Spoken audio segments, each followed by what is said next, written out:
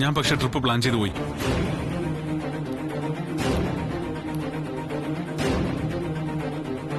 പതിവില്ലാതെ എന്താ ഇങ്ങനെ യാത്രയെക്കുറിച്ചൊക്കെ ആലോചിക്കുന്നത്? ഇവിടുന്ന് മാറി നിൽക്കേണ്ട എന്തെങ്കിലും സാഹചര്യം ഉണ്ടോ? ഏയ്, അങ്ങനെ ഞാൻ പറഞ്ഞില്ലല്ലോ. മനസ്സിൽ എന്തോ ഉണ്ട്. എന്താണെന്ന് എന്നോട് പറയൂ. ഒന്നുമില്ല മീര, ഇല്ലെന്നേ. താനങ്ങോട്ട് ചെല്ല്. അവരവിടെ എന്തൊക്കെയെന്ന് അറിയില്ലല്ലോ. ചെല്ല് ചെല്ല്. ശരി, ഓക്കെ.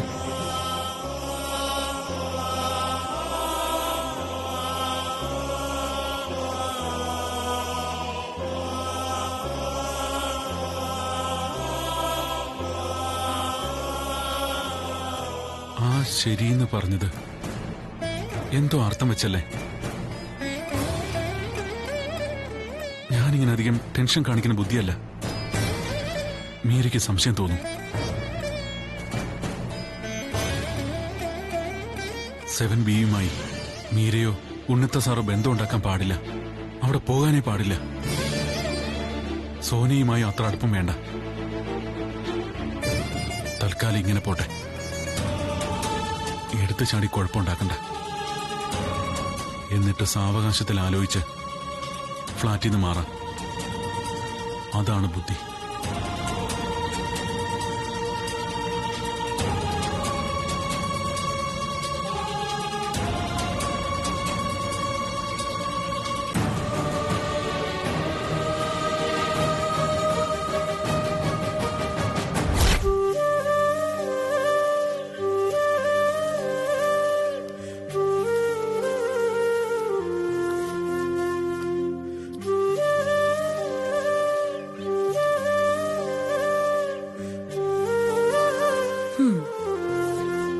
വീട്ടിൽ പോണ്ടേ?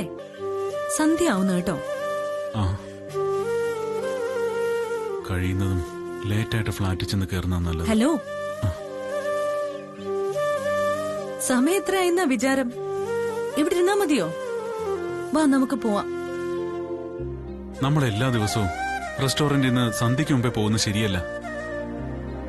എപ്പോഴും ഒരു നോട്ടം ഉണ്ടായിരിക്കണം. മാനേജറും മറ്റ് സ്റ്റാഫും ഒക്കെ വിശ്വസിക്കാൻ പറ്റുന്നവരാണല്ലോ, പിന്നെന്താ? എന്നാലും നമ്മുടെ ഒരു പ്രസൻസ് ഉള്ളത് ഒരു പ്രത്യേകതയാ, വിശേഷിച്ചും ഹോട്ടൽ ബിസിനസ്സിൽ. ഇന്ന് എല്ലാത്തിനും ഒരു പുതുമയാണല്ലോ. നിള വീട്ടിലുള്ളതല്ലേ? ഒരു കാര്യം ചെയ്യാം, ഞാനങ്ങ് പോവാം. സാറ് കുറച്ചു കഴിഞ്ഞ് വന്നാ മതി. അല്ല, ഞാനൊരു ഓട്ടോ പിടിച്ച് പൊയ്ക്കോളാം. കുഴപ്പമില്ല. കുഴപ്പമുണ്ട്. എന്ത് കുഴപ്പം? രാത്രിയായില്ലല്ലോ. എന്നാലും കുഴപ്പമാണ്. താൻ തനിച്ചായതായാലും ഫ്ലാറ്റിലേക്ക് പോകണ്ട, ഞാനും വരിക.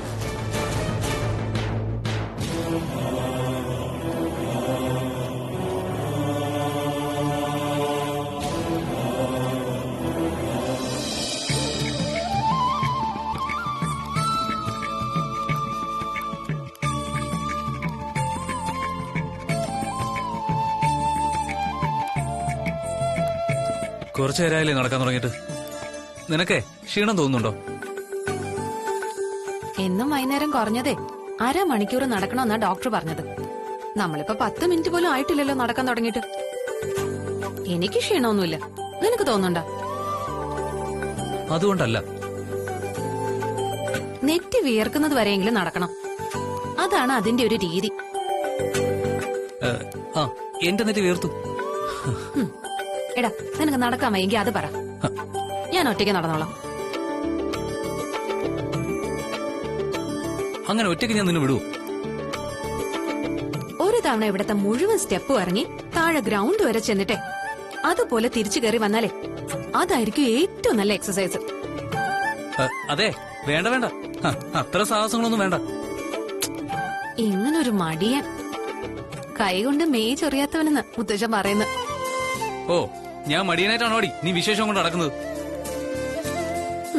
ഈ വിശേഷം ഉണ്ടായ കാര്യമൊന്നും എന്നെ കൊണ്ട് പറയിപ്പിക്കരുത്. അതെന്താ അങ്ങനെ ഒരു സ്റ്റേറ്റ്മെന്റ്? ഒന്നുമില്ല. അതെ, അങ്ങനെ ഒഴിയാൻ പറ്റില്ല. എന്താ നീ ഉദ്ദേശിച്ചത്? ഞാൻ മടിയനായിട്ട്?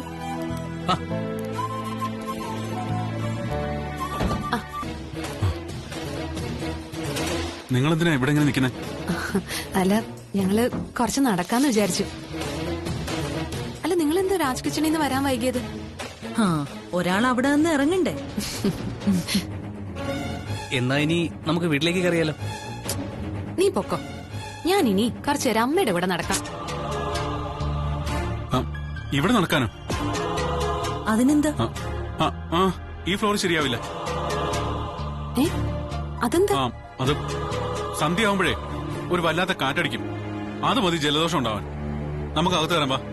അല്ല, കുറച്ചു നേരം ഞാനും അമ്മയും കൂടി. വേണ്ട, പറയുന്ന മനസ്സിലാക്ക്. തണുത്ത കാറ്റടിച്ച് പനിയൊന്നും പിടിപ്പിക്കാൻ നിൽക്കണ്ട, വാ. മതി, വന്നേ. അതെ, ഇതിനേക്കാളും ഭേദേ നീയായിരുന്നു. ഞാനും പറഞ്ഞല്ലേ വേണ്ടെന്ന്. പിന്നെ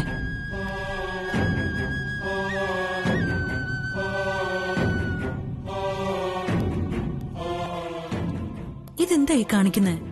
കള്ളന്മാരുടെ ശല്യമുണ്ട്, നമ്മൾ സൂക്ഷിക്കണ്ടേ? കള്ളന്മാരോ? എന്നിട്ട് ആരും പറഞ്ഞു കേട്ടില്ലല്ലോ. ഉണ്ടുണ്ട്, കള്ളന്മാർ ഇറങ്ങിയിട്ടുണ്ട് ഇവിടെ. വാ, അകത്ത് കയറ്. പോ അകത്തേക്ക്.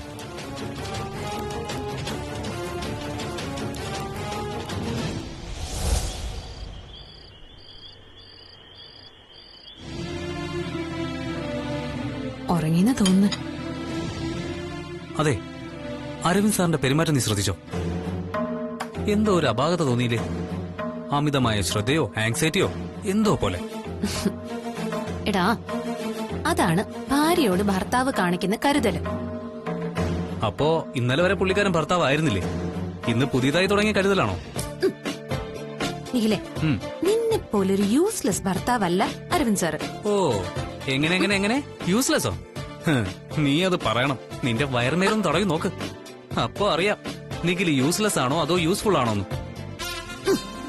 അതല്ല ഞാൻ പറഞ്ഞത്. ആ, പറഞ്ഞത് എന്തായാലും പുള്ളിക്കാരൻ കുറച്ച് ഓവറായിട്ടാ പെരുമാറിയത്. ഇനി ചിലപ്പോ സ്മോൾ അടിച്ചതായിരിക്കും. സാറോ, നീ ഇന്ന് വരെ കണ്ടിട്ടുണ്ടോ അങ്ങനെ സ്മോൾ അടിക്കുന്നത്? ഇന്ന് ആദ്യമായിട്ട് കഴിച്ചതാവാലോ. എല്ലാ ആണുങ്ങളും നിന്നെ പോലെ അല്ല. ഓ, എടി, ഈ ആണുങ്ങൾക്ക് പറഞ്ഞിട്ടുള്ളതാ മദ്യം. പുരാണത്തിൽ വരെ മദ്യസേവയെ പറ്റി പരാമർശിച്ചിട്ടുണ്ട്. ദേവന്മാർ സുര എന്ന് പറയുന്ന സാധനം സേവിക്കും, ചക്രവർത്തിമാർ മധുപാനം നടത്തും. നീ വെള്ളവും അടിക്കും. അരവിന്ദ് സാറിനെ പോലെ കെയറിംഗ് ആയ പുരുഷന്മാരെയാണ് സ്ത്രീകൾ ഇഷ്ടപ്പെടുന്നത്. ആ കെയറിങ്ങിന് സോപ്പിടലെന്നും പരിധി വിട്ടാൽ പാദസേവയെന്നും പറയും. അതെ, നിനക്ക് അസൂയാടാ, അസൂയ. കുശുമ്പ് കൊണ്ടിരിക്കാതെ കണ്ടു പഠിക്ക്. അല്ല പിന്നെ.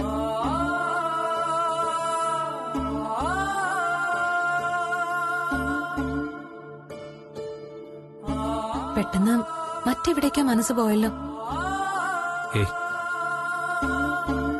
എന്റെ അച്ഛൻ അമ്മയ്ക്ക് ഇതിനേക്കാളൊക്കെ സ്നേഹം കൊടുത്തിട്ടുണ്ടോ അല്ലേ?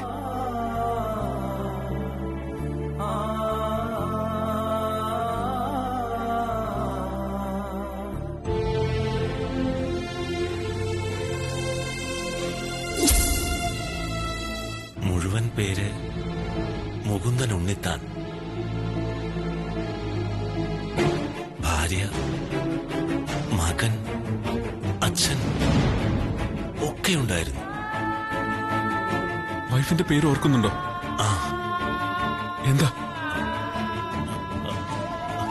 മീര.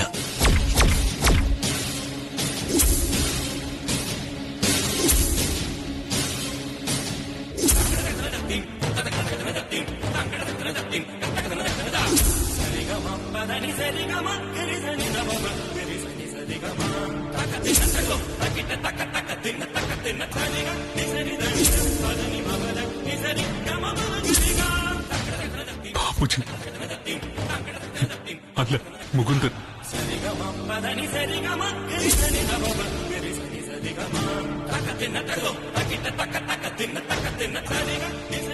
ആ ഫോട്ടോ എത്രയോ വർഷങ്ങളായി ഇവിടെ സൂക്ഷിക്കുന്നത്. ഇത്രയും നാളായിട്ട് നിഖിലത് കണ്ടിട്ടുണ്ടാവില്ലേ? നിള കണ്ടിട്ടുണ്ടാവില്ലേ? നിഖിലും നിളയും 7Bയിൽ മുകുന്ദൻ വന്ന നാൾ മുതൽ അയാളെ കാണുന്നുണ്ട്. എന്നിട്ട് അവർ തിരിച്ചറിയുന്നില്ലേ?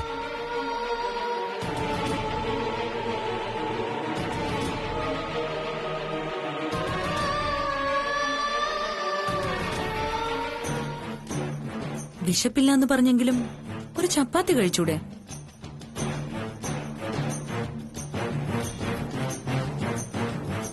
ചപ്പാത്തി എടുക്കട്ടെ?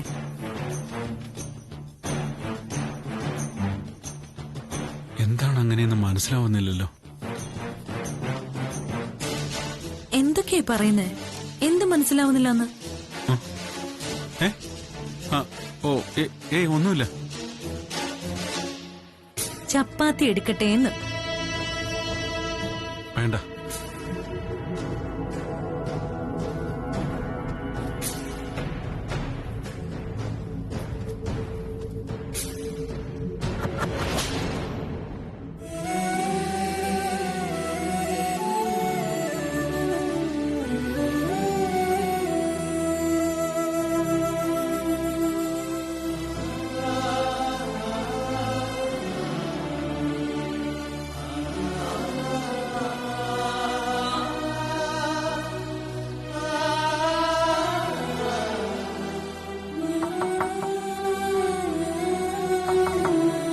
വരൂ.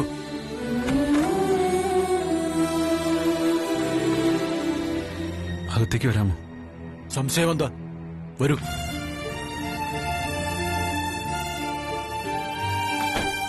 ഇരിക്കൂ.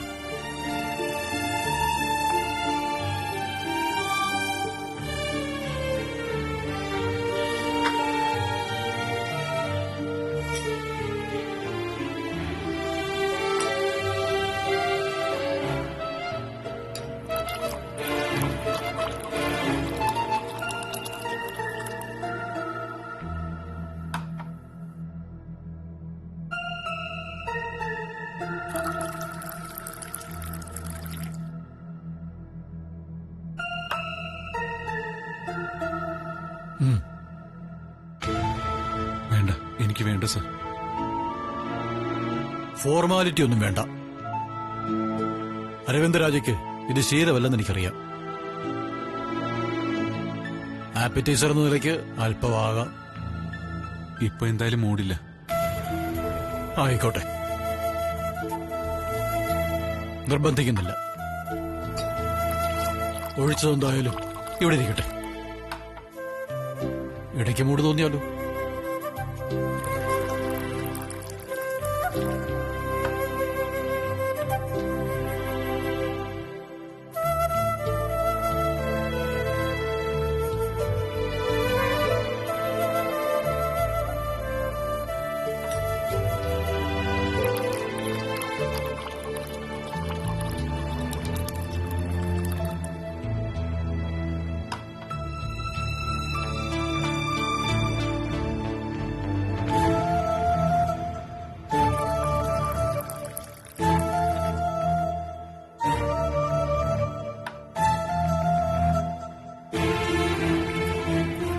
അരവിന്ദന് എന്നോടെന്തോ സംസാരിക്കാനുണ്ടെന്ന് തോന്നുന്നു.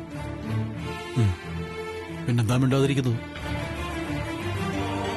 എനിക്കറിയേണ്ടത് മിസ്റ്റർ മുകുന്ദനെ കുറിച്ചാണ്.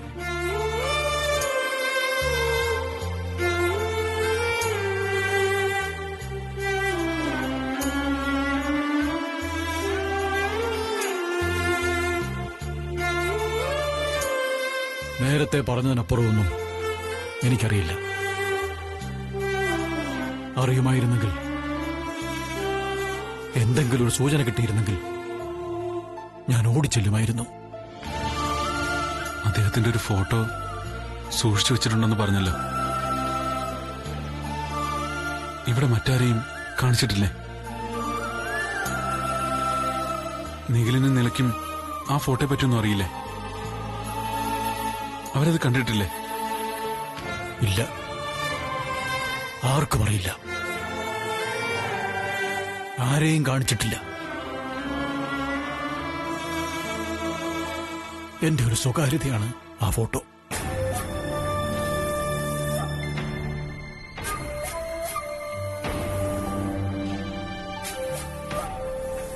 നിങ്ങളോട് പറഞ്ഞ സ്ഥിതിക്ക് ഞാനിത് കാണിക്കാം. അരവിന്ദനെ കാണിക്കാം.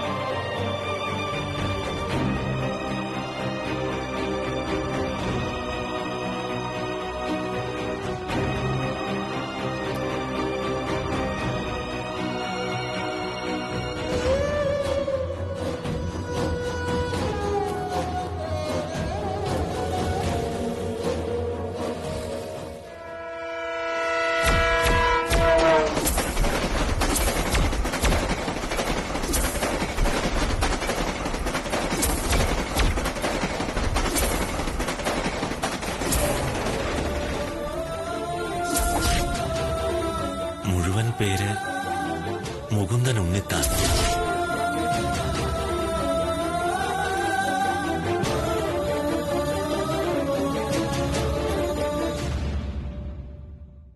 നിധി പോലെ ഞാൻ സൂക്ഷിക്കുന്ന എന്റെ മകന്റെ ചിത്രം എന്നെങ്കിലും അവനെ കാണാതെ കണ്ണടക്കേണ്ടി വന്നാൽ എന്റെ ചിതയെരിയുമ്പോൾ ആ ചിതയിൽ ഈ ഫോട്ടോയും എന്നോടൊപ്പം എരിഞ്ഞടങ്ങണം. അതിന് ഒരാളെങ്കിലും അറിഞ്ഞിരിക്കണം ഇങ്ങനെയൊന്ന് എന്റെ പെട്ടിക്കുള്ളിലുണ്ടെന്ന്.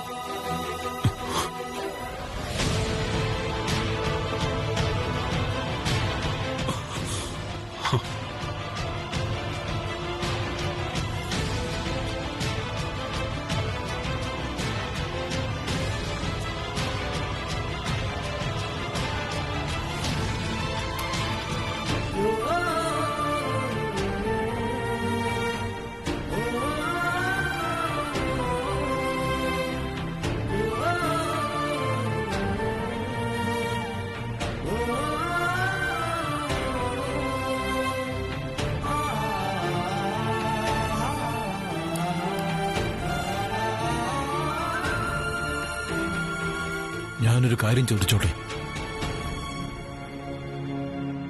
ഒരുപാട് നാടുകളിൽ യാത്ര ചെയ്തിട്ടുള്ള ആളാണല്ലോ. എവിടെ വെച്ചെങ്കിലും അരവിന്ദ് ഈ മുഖം കണ്ടിട്ടുണ്ടോ?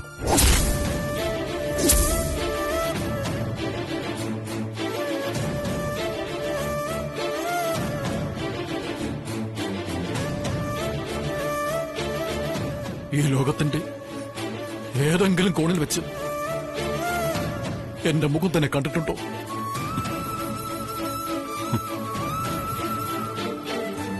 ഉണ്ടെങ്കിൽ പറ എന്നോട്. ഇല്ല, എവിടെയും കണ്ടിട്ടില്ല. ഈ രൂപസാദൃശ്യമുള്ള ആരെയെങ്കിലും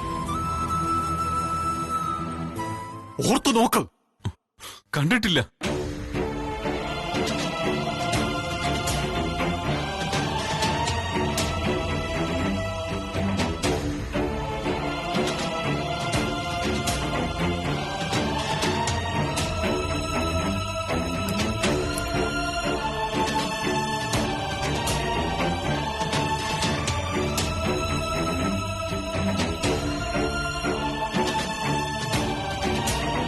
പക്ഷെ ഉണ്ട്, എവിടെയോ ഉണ്ട്. അതുകൊണ്ടാണ് വീണ്ടും അവനെക്കുറിച്ചുള്ള ഓർമ്മകൾ എന്റെ മനസ്സിൽ വന്നു നിറയുന്നത്. പക്ഷെ എവിടെ, അതുമാത്രം അറിയില്ല. ഒരുപക്ഷെ ഇങ്ങോട്ട് വരാനാവാത്ത അവസ്ഥയിൽ, അല്ലെങ്കിൽ ബന്ധപ്പെടാൻ പോലും ആകാത്ത കണ്ടീഷനിലെ മുകുന്ദനെങ്കിലോ. അങ്ങനെ അദ്ദേഹം അടുത്തെവിടെങ്കിലും ഉണ്ടെങ്കിലോ.